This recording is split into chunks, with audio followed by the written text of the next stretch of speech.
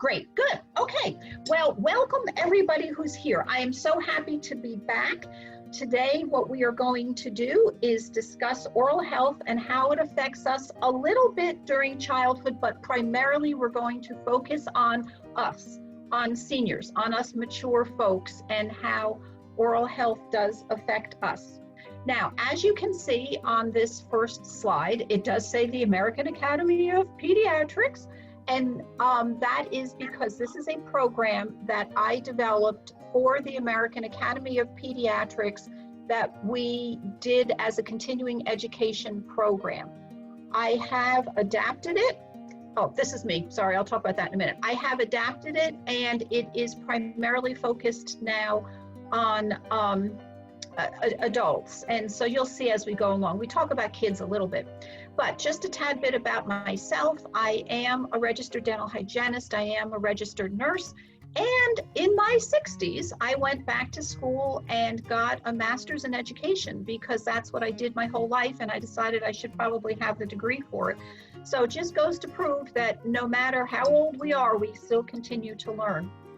This program is being brought to you by two folks. One is, of course, the Senior Community Services. I just newly joined John and Farah with these programs, and I'm so happy to be with them. Tell you the truth, John, I'm signing into that one that the Breslins are going to do. I'm just so impressed with some of these programs. That's great. Yeah, that looks great. Also, I am brought to you today by the Mainline Health System. I am a community health educator, and I have been doing this with Mainline Health for 7 years now. I generally did, when I first started, a lot of matter of balance programs, and we worked with folks so that you're not afraid about falling. And I've taught a lot of matter of balance classes, but then I've also branched out and we've done all sorts of different things. I've done blood pressure screenings. I'm hoping some of you might have been with us a couple of weeks ago when we did balancing mind and body during COVID. That was a great experience. I enjoyed that. So you'll see me around. And as John mentioned, in a couple of weeks, we're going to do safer steps. We're going to learn how to make our houses safe. We're going to learn which exercises are good. It's going to be a little mini matter of balance. So I'm looking forward to that. There is tomorrow a Good Neighbor Senior Center flu shot clinic. And so I don't know, they may be all filled up, but there are certainly other ones as well. So go on to Senior Community Services website or give any of the centers a call to find out what you can take advantage of. Lots of programs out there. And even in this time of COVID, we're able to bring educational things to folks. Now, just a couple housekeeping things. If in fact I get carried away or I'm talking too quickly or you have a question, you have a little chat screen for those of you that are here on Zoom. For those of you that are doing Uber conference, I know you cannot see my slides, and I will try to give you a little brief scenario so you can kind of picture it in your mind as we're going along. If you guys have questions, I will take a little break in the middle of the presentation. We all need to get up and walk around, and you can ask questions then, but then of course, at the end, I am here for as long as you need me. So we are going to talk about oral health through the lifespan. One of the first things that we have to do is talk about what are cavities. How do cavities begin? You'll see on your screen the word caries. That's just the fancy name for cavities. So it's how do cavities form? For those of you that can see the screen, cavities come in teeny little spots, like those little white spots, and they come in bigger spots, and they also come to where teeth are just totally broken down. So what causes cavities? I see on the screen, soda, candy, cornflakes, bacteria, aha. So getting a cavity isn't just eating sugar and getting a cavity. When we were growing up, we learned that sugar caused cavities, and our mothers might have said, you have soft teeth, you drink sugar, it's not good, you're going to get a cavity. Well, that's partially true, and our moms are usually true. Our moms were pretty much true with that. However, over the time of the past 30 years or so, we're learning more and more. It's not just sugar. It is also oral bacteria. So we know that the formation of decay is a multi-step process. And not only does it result in a cavity where our tooth breaks down, but it also causes surrounding inflammation. We all have bacteria in our mouths. That's a fact of life. You all know that you have bacteria in your gut. You all know that bacteria is all over the place. Well, there's bacteria in our mouths. And for those of you scientific folks out there, it's Streptococcus mutans and Lactobacillus plus a string of at least 20 more. And so what difference does it make if we have bacteria in our mouth? Well, if we didn't have the bacteria in our mouth, we could eat all the sugar we wanted to, and that would be wonderful. But unfortunately, the bacteria eat the same sugar that we do, and they produce an acid. And that acid is what gives us cavities. It's really not the sugar by itself, it's really not the bacteria by itself, but it's when they get together and they produce the acid. Some of you heard about plaque. This acid can also be named plaque. And the acid actually demineralizes or eats away at the tooth enamel. And so we need to take all of this into consideration. So you're probably asking, well, Bonnie, how did I get bacteria in my mouth? Well, believe it or not, babies are not born with bacteria in their mouths. That when you swab a baby's mouth, no bacteria in there. What happens is that the bacteria is transmitted, generally, moms get blamed for everything, generally from the mother or the caregiver to the baby through very innocent ways. Obviously, kissing babies. If we have bacteria in our mouth and we kiss that baby on the lips, he or she is going to get our bacteria. Fingers. For those of you that are on Zoom, you see my picture here, and it's such a cute baby and it's such a cute mom, and the baby has its fingers in mom's mouth. And where are the fingers going to go next? Into the baby's mouth. And so it's very, again, innocent ways that babies get bacteria, but they all do.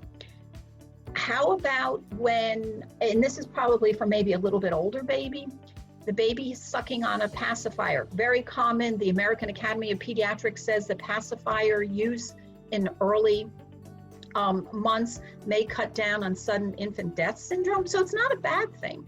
But what happens when that passy falls on the floor? How many times have you seen a mom pick up that pacifier, stick it in their mouth, lick it a little bit, get the bacteria and the dirt off, and then stick it right back in the baby's mouth? Yeah, it's giving the baby a fair amount of bacteria in their mouth. So that's where they first get the bacteria. Now, unfortunately, for anybody who has a mouth that they haven't taken care of, they're going to have high levels of bad bacteria. So if a mom or a dad or a caregiver hasn't had their teeth taken care of, lots of bacteria there. And the more bacteria that are in the mouth, the more they can transmit it to the babies. So just keep that in the back of your mind. Dental decay, believe it or not, is an infectious transmittable disease. I went to dental hygiene school. I'm going to tell you, it was a really long time ago. This was a brand new concept then, and it was very hard for us to understand.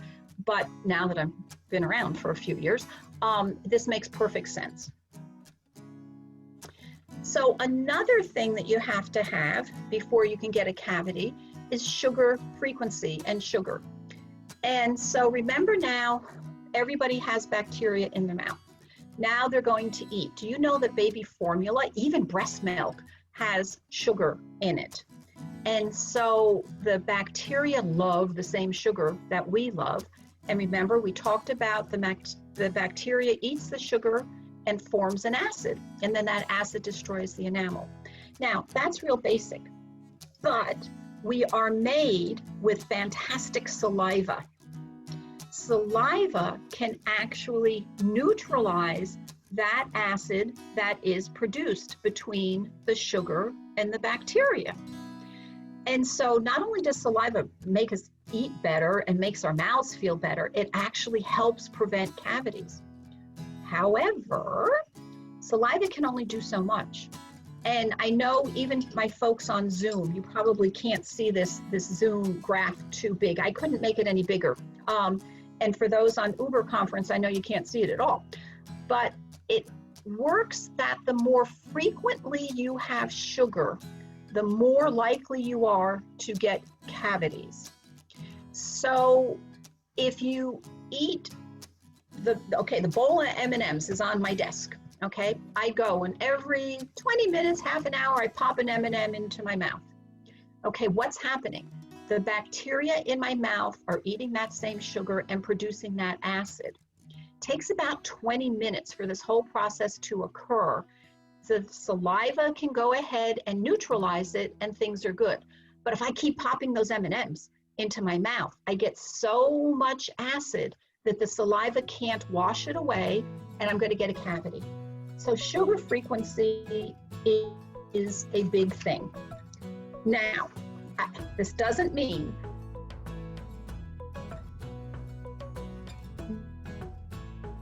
that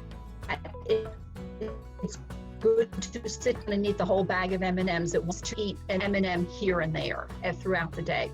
So think about it. How often do we graze? And that's just not a good thing. So again, it's okay to eat the dessert, eat it all at one time. It's okay to have candy every now and then, but don't graze on it throughout the day. Don't keep mints and things in your mouth throughout the day. We're going to talk more about that in a minute. Okay, so sugar. Lots of folks think that agave is just, perfect. It's not going to cause cavities. It's not going to make me fat. It's not going to be a diabetic issue. You know what? Agave syrup, agave is sugar. All of these things on the slide, corn syrup, glucose, dextrose, fructose, all of these things are sugar. And so read your labels. There's lots of hidden sugar. Do you know that most ketchup bottles have sugar in them? Do you know that most spaghetti sauces have sugar in them? So we talked about frequency, and now you have to even think about frequency with ketchup and frequency with things like that. So eat meals, don't spread sugar out over the day, and you'll have a much less chance of cavities. The little equation at the bottom of this slide, it says sugar plus bacteria equal acid. Just keep that in the back of your mind. That's just really important to remember for why we get cavities. Also, that acid acts as an inflamer. It inflames gum tissue. So, for those of you that were with me on the last presentation, we talked a fair amount about healthy food. And during periods of stress, we need healthy food. We want to eat the carbs. We want all of those comforting cakes and cookies and cupcakes and candy bars. But unfortunately, that's not going to contribute to us being healthy. Same thing is true with our mouths. The healthy foods are much better for our mouth. Now, I know there's somebody out there who is either a nutrition specialist or whatever, and they're going to say, Bonnie, you have oranges on there. Oranges have a lot of sugar. Yes, they do. I do admit that. However, and the fact that it's natural doesn't really make it a whole lot. But most of us do not eat oranges throughout the day the way that we eat M&Ms throughout the day or cookies throughout the day. So we do need some carbohydrates. Our bodies need sugar to work. But again, choose the more natural ones. Don't graze throughout the day, and think about what is a healthier choice rather than M&Ms. Any of these are. Oh, let me go back. Sorry, I forgot. I am going to give, for our friends on Zoom, I'm going to give you an icky picture alert. I do this presentation or an adaptation of this presentation for medical professionals, and they're all comfortable looking at icky pictures. However, I realize that a lot of the public is not comfortable looking at icky pictures. So I deleted a lot of them, tell you the truth. But I will tell you that there are a few icky pictures in here. So this is an icky picture alert coming up. It's not blood and guts and gore, but what you're going to see is poor oral health. So if you're on Zoom and you don't like icky pictures, just listen. So we just learned how we get cavities. We just learned that that acid that's produced not only causes the teeth to rot away or to decay, it can also cause inflammation in our mouths. So what else happens when somebody has poor oral health? Well, this picture is a picture of a child, and obviously this child has super bad problems. This child's probably going to end up being hospitalized. The little white dot that's on there, this little white dot right here, is the opening to this huge big abscess. Abscesses are infections. You can see this child's teeth are totally worn away. So you can imagine that this child is not comfortable. This child is crying. This child is not eating well. This child has no chance of having proper speech development. So we all know about that. But do you know, and I don't have the statistics here in front of me, but the work time that is lost even by adults due to teeth is fairly significant. If your teeth are hurting, you're not going to eat well. Then you're going to continue to go downhill. Aesthetics and self-image issues. We know that if our teeth are not looking good, we're not going to go out, we're not going to socialize. It's just a spiraling issue where just from poor oral health, it can cause all sorts of problems. This is not a real icky picture, but it's a really sad picture. This is about a 4-year-old little boy who had a tooth that was decayed all the way to the root part, all the way to the nerve part of the tooth, and he developed what's called facial cellulitis. So teeth infections can cause serious issues. This little boy had to be hospitalized. He had to have IV antibiotics. So sometimes we think, it's just a tooth, yeah, it hurts me a little bit, but it's not going to cause any problems.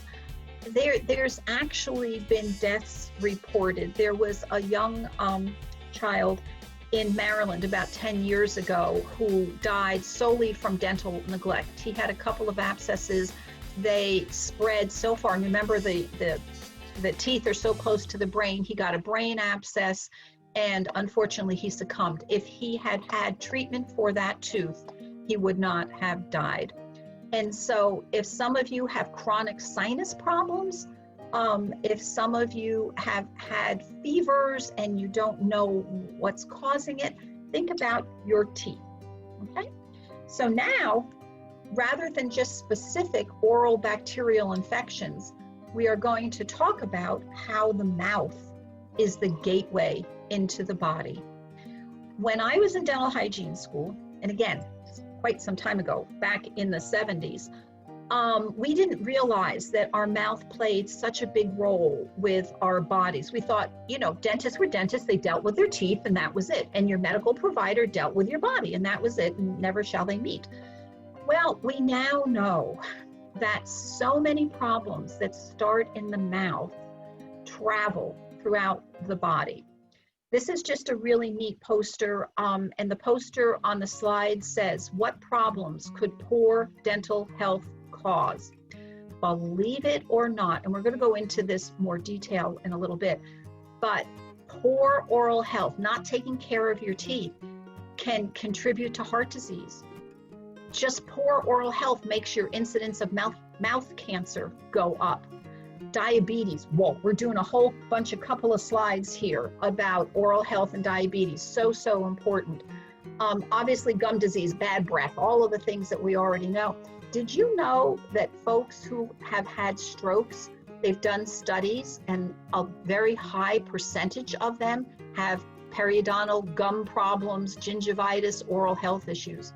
So we now know there is scientific evidence right now that shows that what's going on in the mouth is a gateway into the body and can be causing other systemic, when I say systemic, I mean throughout the body, causing other systemic issues.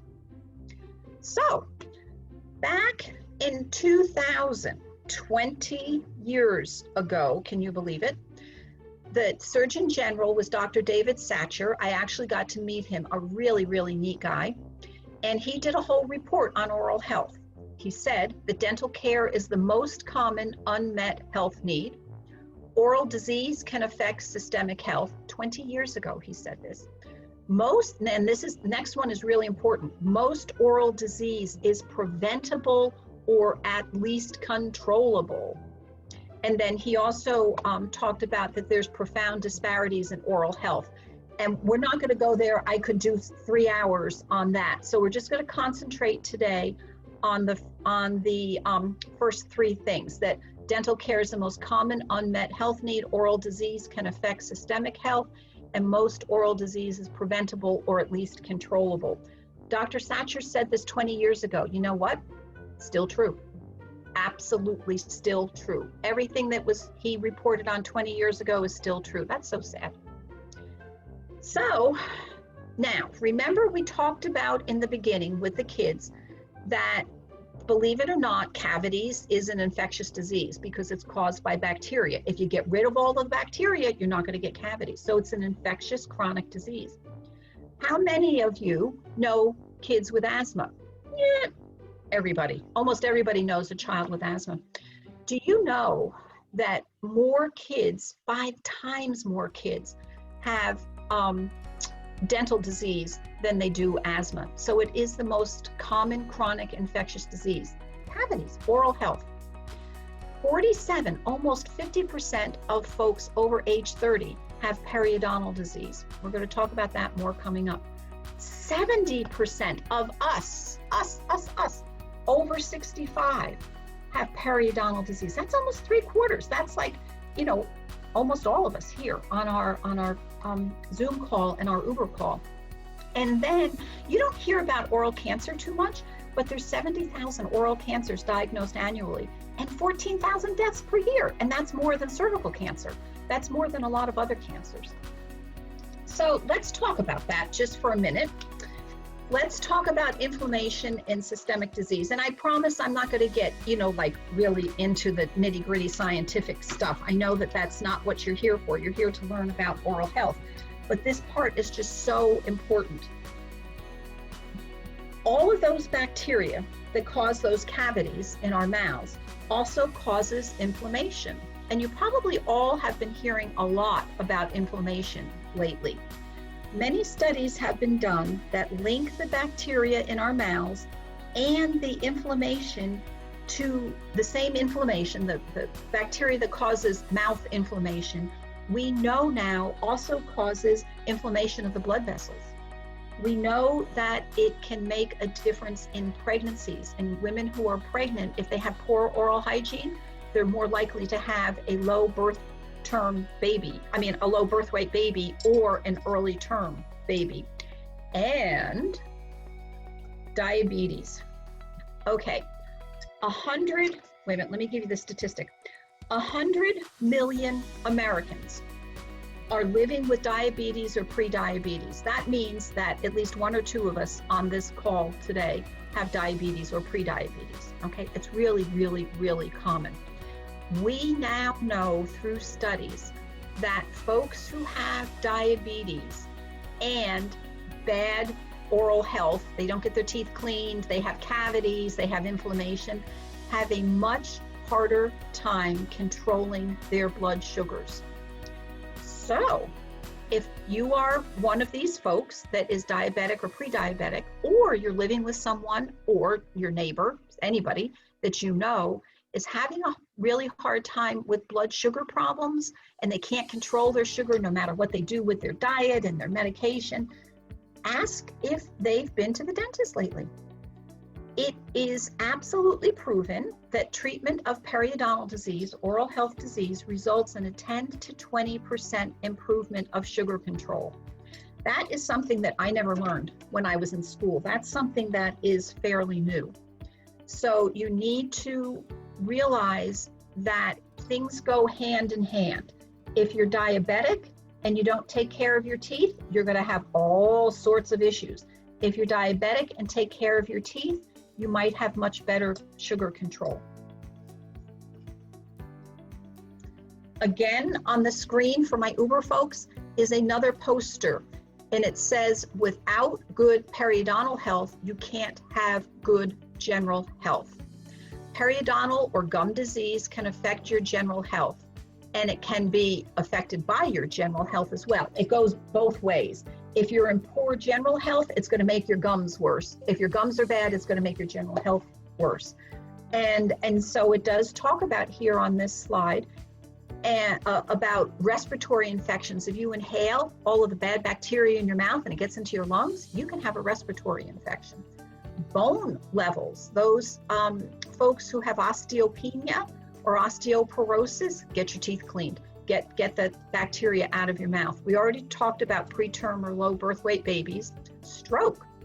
Those with adult periodontitis may have an increased risk of stroke. Heart disease. We know that the inflammation around hearts is the same kind of inflammation that's in our mouth. Maybe it's the same bacteria that's traveling down there. And then uncontrolled diabetes. And we talked about that a fair amount, that chronic periodontal disease can disrupt diabetic control. Diabetes can alter the mouth to make it harder to take care of. So again, they all go hand in hand, and we didn't know that up until fairly recently. Okay, so that's just your basic overview of how important it is to take care of your mouth in relationship to other aspects of our life. What we're going to do now is I'm just going to spend just a couple of slides on children's dental care. I know some of you may have grandchildren. I have 3 grandchildren. I love being a grandma. I have all girl grandbabies. I have 2 daughters and I have 3 granddaughters. They're 4, 2, and 2. And so it is quite interesting in my house when I babysit for them. Things are different now than when we went to the dentist. When we were young, either you didn't go to the dentist because you didn't think it was necessary, or you only went to the dentist when you had a toothache.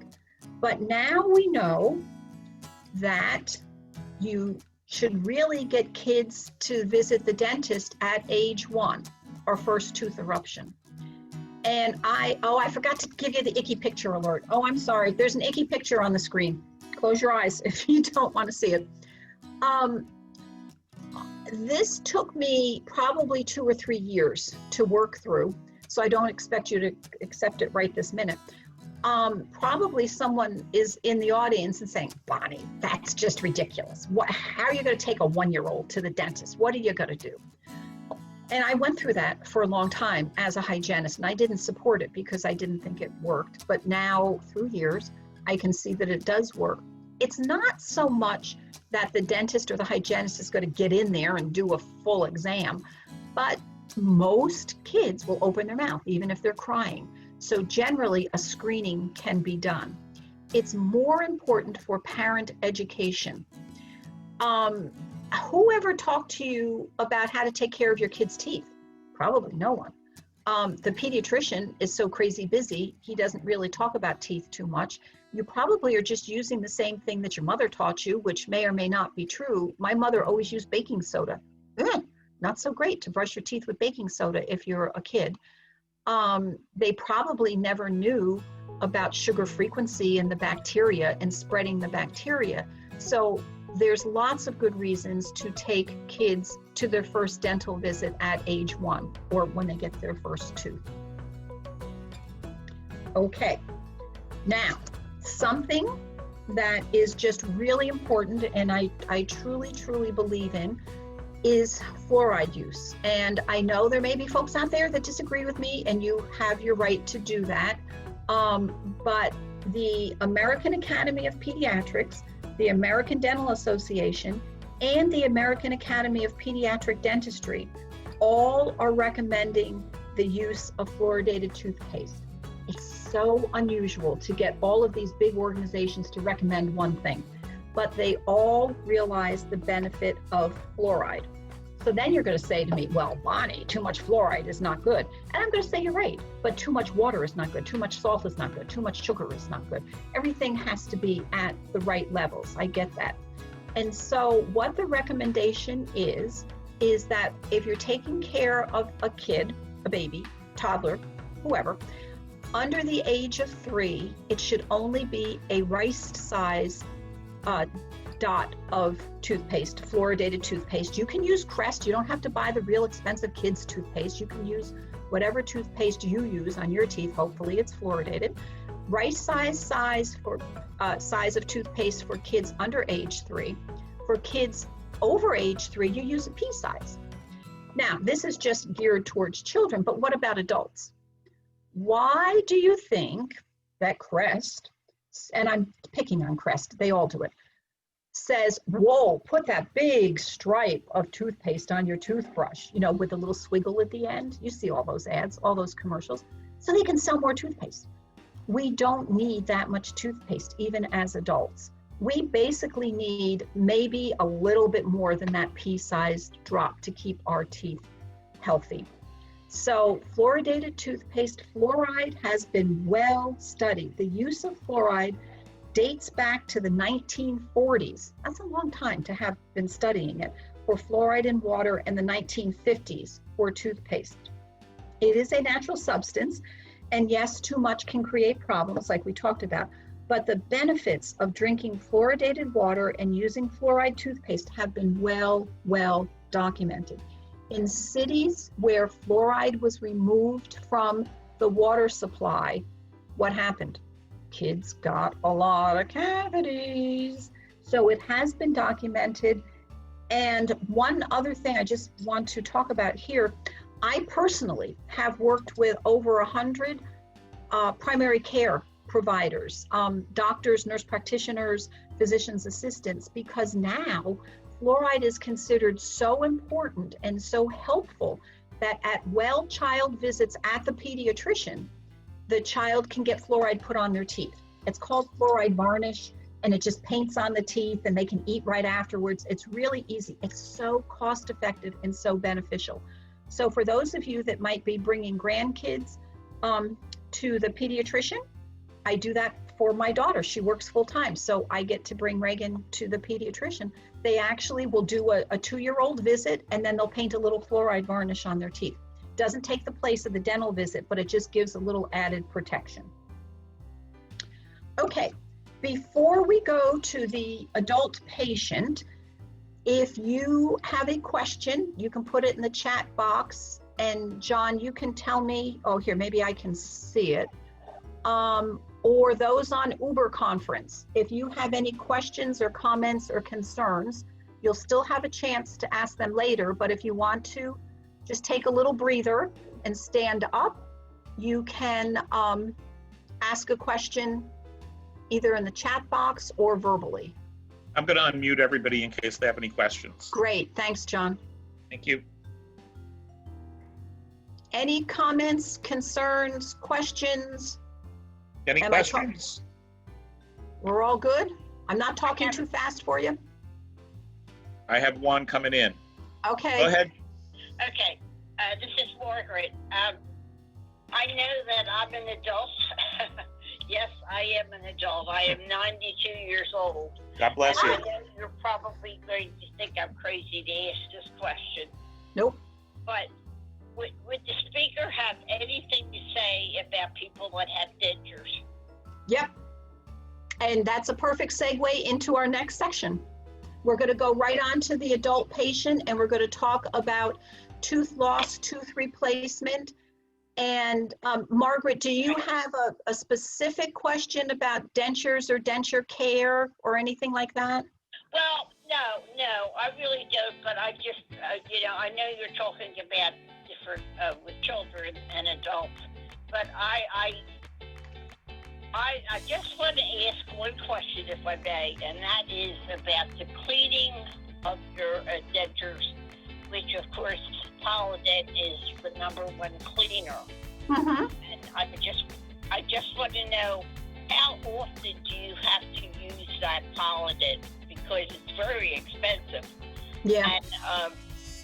And the thing is, if you don't, I use it every 2 days.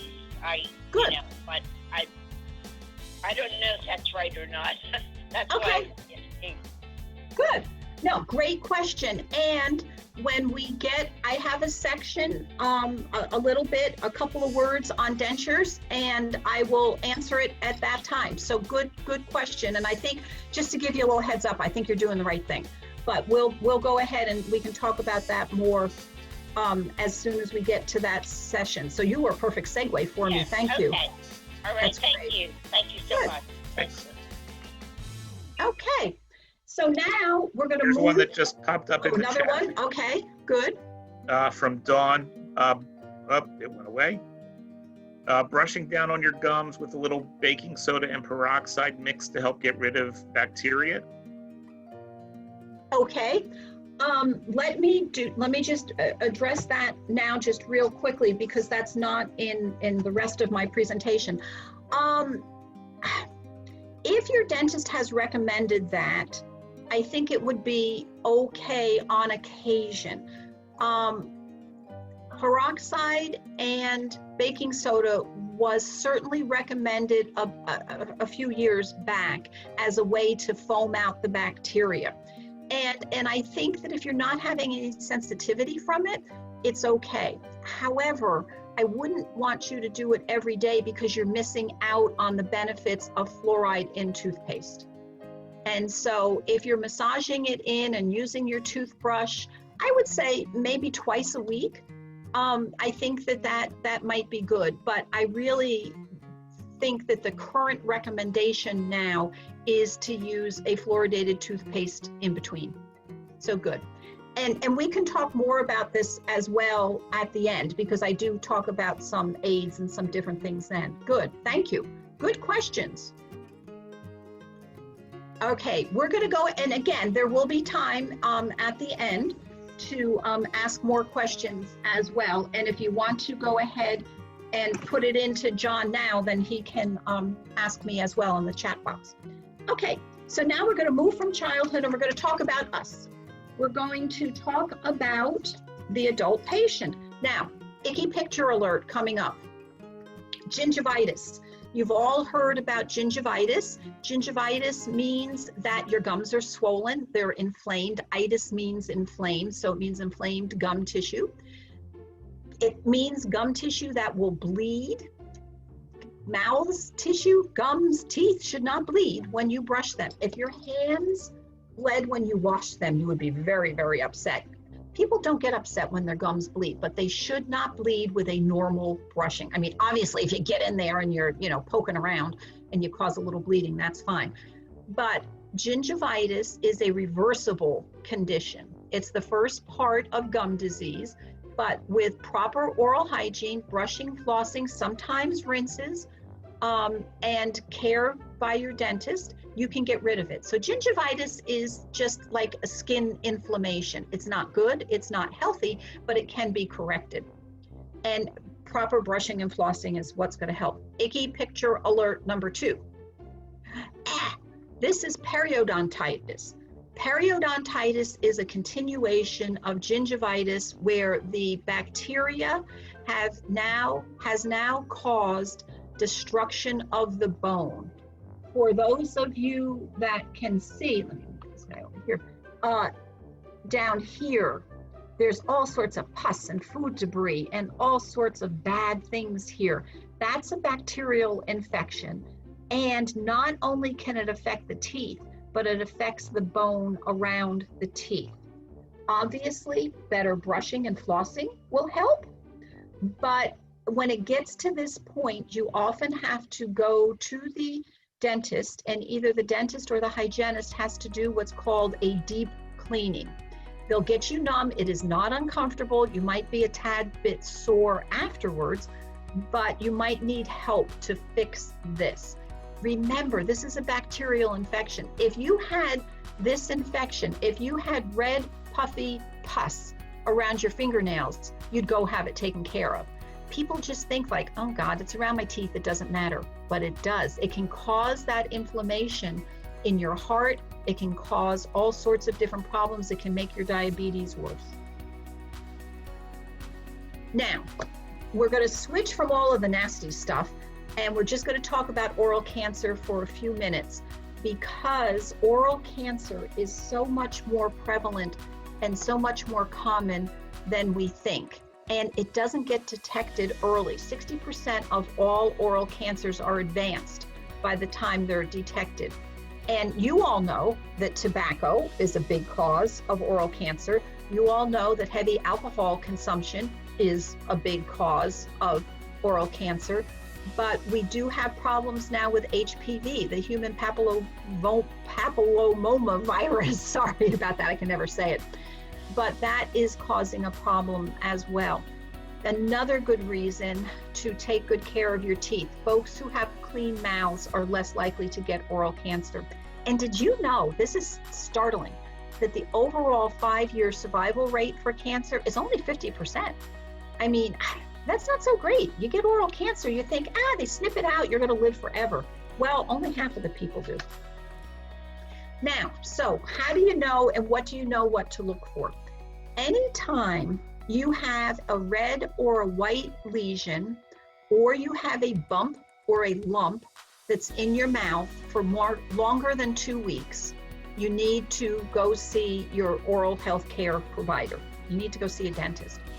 Now, obviously, we've all bitten our tongues, we've all chewed on the side of your cheek and you get a sore. I'm not concerned about that. They usually heal in a week to 10 days. But if you take a peek in your mouth and you see a little white furry growth on your cheek, keep an eye on it. Look at it again in 2 weeks. If it's still there, or if it's bigger, heaven help us, then you do want to go have it checked out. Any mouth sore that won't heal or bleeds easily, again, we're in COVID, we're in a pandemic. Probably half of the population has mouth sores. Cold sores, aphthous ulcers, sores in our mouth, result of stress. But if they don't heal within 2 weeks, or it's bleeding all over the place, that's a sign that it could be something worse. Anytime you get difficulty chewing or swallowing, and again, not the occasional piece of meat that gets stuck, or not the occasional time when you're dry and you just can't swallow, but anything that goes on for more than 2 weeks, please have it checked out. Now, your primary care doctor, as well as your dentist, should be doing an oral health screening. For those of you that have been to the dentist recently, what do? They press on your cheeks, they press under here, they check your thyroid, they make you lift your tongue up, and they look all over. They're looking for lumps and bumps and lesions. Okay, so let's go back to full circle here and talk about periodontal disease is associated with coronary artery disease and cerebrovascular disease. Can even affect the blood vessels in your head. And the impact is unclear, but there's a definite relationship there. So if you clean up that periodontal disease, remember icky picture number 2, the really bad one, you are going to help prevent coronary heart disease and cerebrovascular disease. Now, this is a couple of things for adults that we're just going to talk about just very briefly, because there's really only one thing to say, that if you are on anticoagulation medicine, if you're on Xarelto, Eliquis, Coumadin, anything to thin your blood, you can still go to the dentist. You can still get your teeth cleaned. But the dentist and the prescriber, whether it's your cardiologist or your primary care doctor, need to collaborate. It used to be thought that anyone that was on Coumadin had to stop it before they went to the dentist. Most times, and I'm saying most times, that's not true. You can go ahead and have your teeth cleaned and have minor dental procedures done and still stay on your anticoagulant medication. The reason for that is they found that stopping the medication caused more problems than being on it. However, everybody's individual, everybody's on it for different reasons. So please, when you go to the dentist, tell your dentist and your hygienist that you're on the blood thinners, and they will talk to your primary care doctor or your cardiologist to see. My mother, who is 91, had a lot of tooth work done, and between the dentist and the cardiologist, they decided not to take her off of her anticoagulant medicine. She was on her Xarelto, and she stayed on the Xarelto. I will tell you, it was a little messy. There was a little bit extra bleeding, but it was better than taking her off the anticoagulant, after taking her off the Xarelto. But again, everybody's different, so that's collaboration is necessary. Same thing about joint replacements. For my friends on the Uber conference, we have really neat x-rays on the slide here of a knee replacement, and believe it or not, a big toe joint replacement. When I was making this presentation, I was looking for different x-rays, and I said, whoa, I got pain in my big toe. Maybe someday I'll have to have a replacement like that. When I first started in dental hygiene school, we used to put people on antibiotics before they had their teeth cleaned if they had a joint replacement for a week. Oh my God, crazy. Who takes antibiotics for a week just in case of an infection? And they found out that things were not good. People were becoming allergic to antibiotics. There was superbugs being created. So then the advice was, well, we'll just do 3 days ahead. And now, if anybody needs it, it's the day of the procedure, and that's it. So this is for antibiotics that people who have had joint replacements may or may not need. The current recommendation as of right now, and I'm going to read it for my folks that can't see it. In general, for patients with prosthetic or fake joint implants, antibiotics ahead of time are not recommended for dental procedures to prevent prosthetic joint infection. So that's the recommendation now. However, I'm sure there's somebody out there that has had a knee replacement and the orthopedic surgeon has said, you need to take antibiotics before you go to the dentist. Listen to them, okay? You can question and say, gee, I just heard a webinar and it said that I might not need them. Do you have the most up-to-date information? But like I said, every patient is different. So if in fact you have a joint replacement and you go to the dentist, you need to let the dentist know that, and then the medical provider and the dentist will decide whether or not you need to take an antibiotic ahead of time. The antibiotic is to stop an infection in the joint. It was shown that when you have your teeth cleaned, remember that bacteria in the mouth that we've been talking about the whole time? That travels through the bloodstream. And it happens all the time when you have your teeth cleaned. It's just normal. That's not bad. It just happens. When you brush your teeth, you put the bacteria in your bloodstream as well. But it can sometimes land right where the fake joint is, right where the knee replacement is, and cause an infection there. But again, a lot of studies have been done. So every patient is different. Talk to your dentist and your orthopedist for this recommendation. Okay, now we're getting to the really good stuff here that probably most of you know about, xerostomia or dry mouth. Xerostomia is the fancy name for dry mouth. Why do we get dry mouth? Could be because the medications are on. It could be because we have Sjogren's disease or other systemic disease that causes our mouths to become dry. Or it could be because we've had chemotherapy or radiation. Dry mouth can be obviously dry mouth, but it can also be a burning sensation, changes in taste, increase in cavities. We're going to talk about that more in just a second. So what's the treatment? I bet you somebody here has had a problem with dry mouth. The best and the first thing that you need to do is drink water. Water frequently throughout the day. If that doesn't work, then check with your dentist. But on the screen now for my Uber folks, there's pictures of Biotene oral rinse, Biotene moisturizing spray, pure PUR gum is made for dry mouth, gum, G-U-M, Hydrol dry mouth release spray. There's also lozenges, things like that. Please, please, please do not suck on lifesavers or cough drops. The sugar will give you tons of cavities. And I'm going to tell you why here. Root caries. Remember, caries is a fancy name for cavities. So, along with many other changes, as we get older, our face droops. What else happens? Our gum tissue shrinks, okay? It's a fact of life. It's better than not having life. So we have to put up with these things. The gum tissue shrinks away from the teeth. You may have noticed that. You may have looked in the mirror and done one of these like, oh man, my teeth are getting long in tooth. You know, old saying. Anyway, why?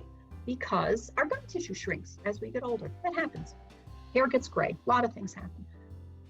When the gum tissue shrinks, the root surface of the tooth is exposed.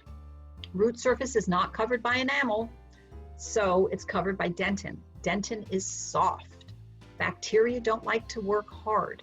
So the bacteria is going to eat the sugar, they're going to produce the acid's going to float around, and it's going to say, whoa, soft place here, I'm going to cause a cavity. And that's what happens with root caries. Roots are much more susceptible to cavities in the crowns of the teeth. And again, we learned earlier that frequency plays a big role. My mother has dry mouth due to medication. She does drink a lot of water, but she likes to keep cough drops around. What's in cough drops? Sugar. She's had a lot of dental decay from these cough drops that she sucks on. So she needs to use something else besides sugary cough drops. This is a case where fluoride and fluoride varnish can be used in adults. We generally think of fluoride with kids, but adults with shrinking gums, root surfaces exposed, may have sensitivity. Have you noticed lately that when you eat ice cream, woo, it gives you that zingy feeling? If you did, ask the dentist about doing a fluoride varnish treatment. Most insurances don't cover it, but it shouldn't be too expensive, and it will make the roots stronger. They'll be less susceptible to cavities, and you'll have less sensitivity. Okay, so now we'll get to Margaret's discussion here. Unfortunately, 30% of those over 65 have untreated cavities. That's sad. 25% of the folks of us here do not have teeth. That's edentulous. Another name for edentulous is no teeth. And so what happens? If you don't have the proper teeth, if you have no teeth, if your teeth are not strong, if you've lost the support of them, you can't eat properly. You can't take in the proper food. You're going to be stuck with liquid food, which is not always the most nutritious. And a lot of folks just, they get the sunken in cheeks like we mentioned before. So I'm not promoting dentures, but if you need them, please get them. Because dentures, as it says here on the slide, they're not as good as original teeth, but they can significantly improve the quality of life by improving speech. We need our teeth to talk. We need our teeth to eat, and it improves our appearance when we have replacements. So to answer the question about how do you care for dentures, I would say that every 2 or 3 days in the Polident bath is fine. I think that that's good. Even 3 days, Margaret, that won't be too bad. Look at them. If they look real grubby and real grungy, then you might need to do it every 2 days. But if they're looking pretty clean and they're pretty shiny, just make sure at night you take them out and brush them. Brush them just like with regular toothpaste and a toothbrush. And that should keep them clean. And if you do that once or twice a day, and then soak them in the Polident every 2 or 3 days, you should be good. Another comment about dentures is that when they are made, they are obviously fit specifically for the person, obviously. And if you gain or lose weight, believe it or not, you gain or lose weight in your mouth as well. And so folks who gain a significant amount of weight or lose a significant amount of weight might need a new denture, and I know how expensive they are. Or if it's not too much of a change, dentures can be relined. You can reline dentures, which is just a fraction of the cost of new dentures. So even folks who have dentures should see the dentist once a year. The most important thing that I can say about dentures is that it is, unless your dentist has a reason otherwise, and he may, that I don't know about, but for the most part, dentures should come out at night. Give your gums a chance to breathe, even partials. Anything that can come out of your mouth should come out at night. Think about if you slept with a plastic bag on your hand all night, night after night after night. The tissue under it gets all icky.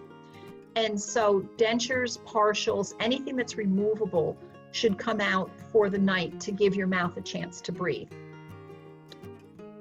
Okay, now, if in fact you're not a candidate for dentures, there's other things. Obviously, implants. Oh, I forgot to tell you, icky picture alert. This is how implants are. They're actually titanium pieces of metal that get embedded into your gum, and it sounds terrible, but it's not that bad. I have a implant right over here. This is a full denture implant, and they do fit better, and not everybody is a candidate. I'm going to tell you, 25 years ago, I wouldn't have had an implant, but they are so much better perfected now, and they have come down in cost, believe it or not. It used to be like $7,000 for an implant, and now I believe the last time I looked, it was just a couple of thousand. So it's not cheap, and dental insurance probably will not cover it.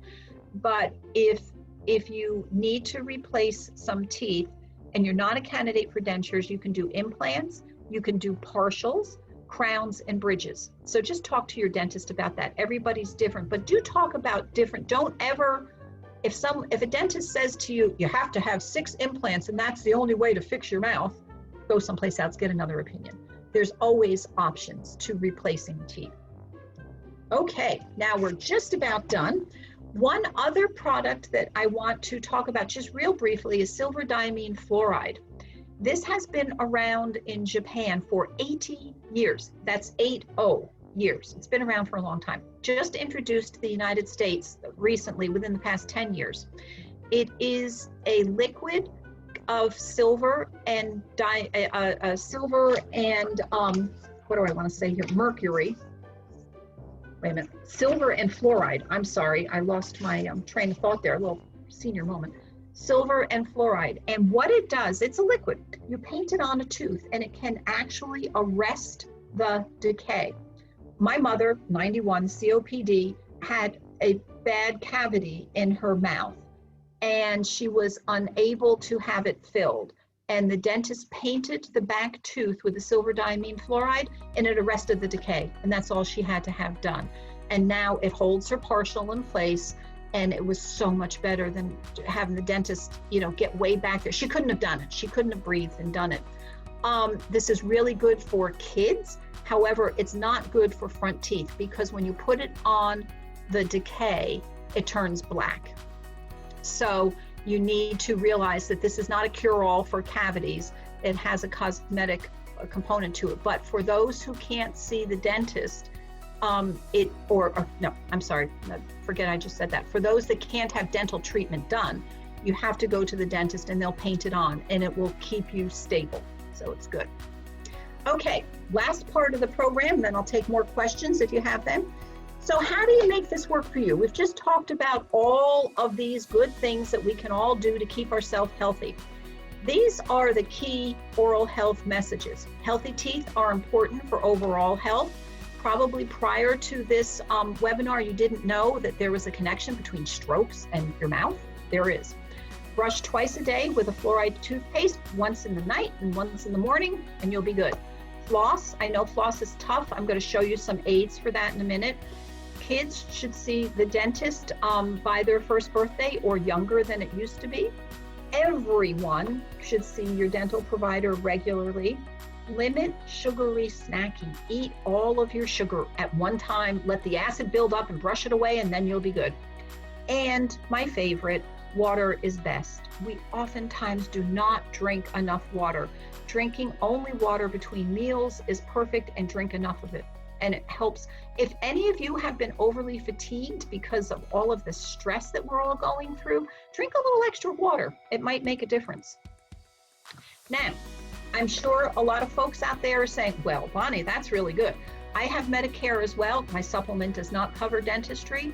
So I know how expensive it is.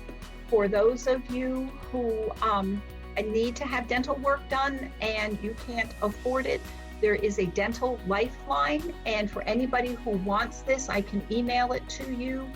The address, it is an organization that helps coordinate free or reduced cost dentistry in our area. Another option is going onto the website for the Pennsylvania Dental Association. It's padental.org, and they will list some other options for low-cost dentistry, one of them being the Chest Pen Health Center on 9th Street in Chester. Now, I meant to do this and I forgot. I don't know if they are open now with COVID. Most dental offices are. but I forgot to check with them. So there might be some COVID things that are in there. When I developed this presentation and this was in there, I forgot to check currently for COVID. But they will still be able to tell you who's open and where you can get lower cost dental treatment.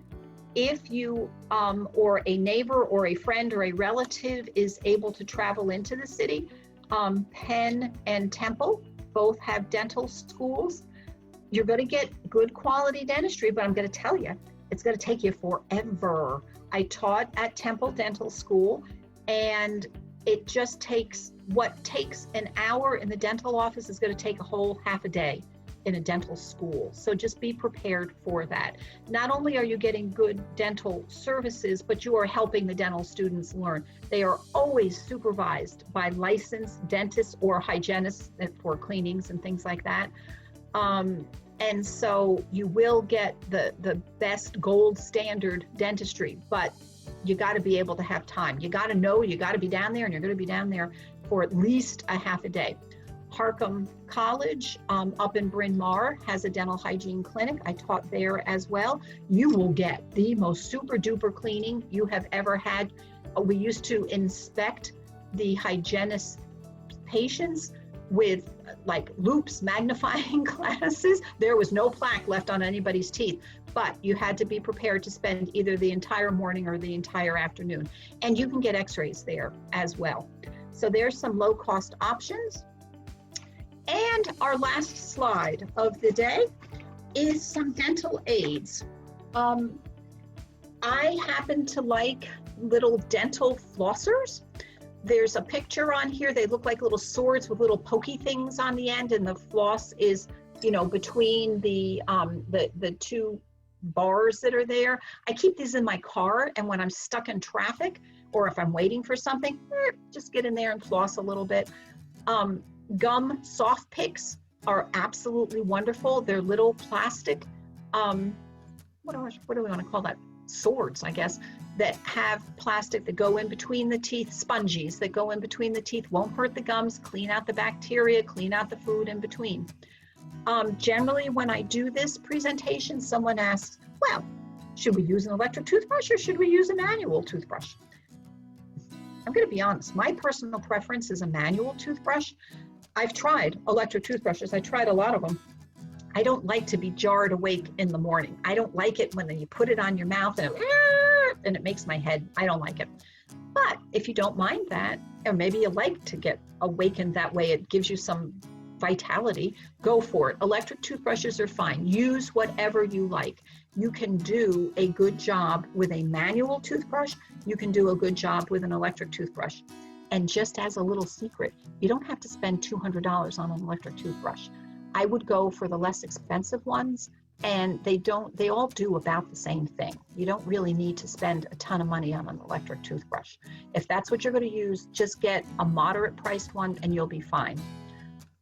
If you have a problem with arthritis, if you have arthritis in your knuckles, if you can't grab onto the toothbrush, there's a little picture here of the toothbrush stuck into a foam, like a noodle, like they cut the noodle, the swim noodle, in a small 6-inch piece and stuck the toothbrush in it. And so now you can hold it like this instead of like this.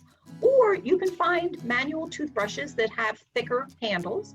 And obviously your electric toothbrush has thicker handles as well. So please don't suffer. If you're finding it difficult to brush your teeth, try some different options. It's going to make a world of difference. So for right now, I will be more than happy to take any questions, comments, or anything that you want to talk about. Thank you. Bonnie, I have a question. Sure. You were saying to drink water.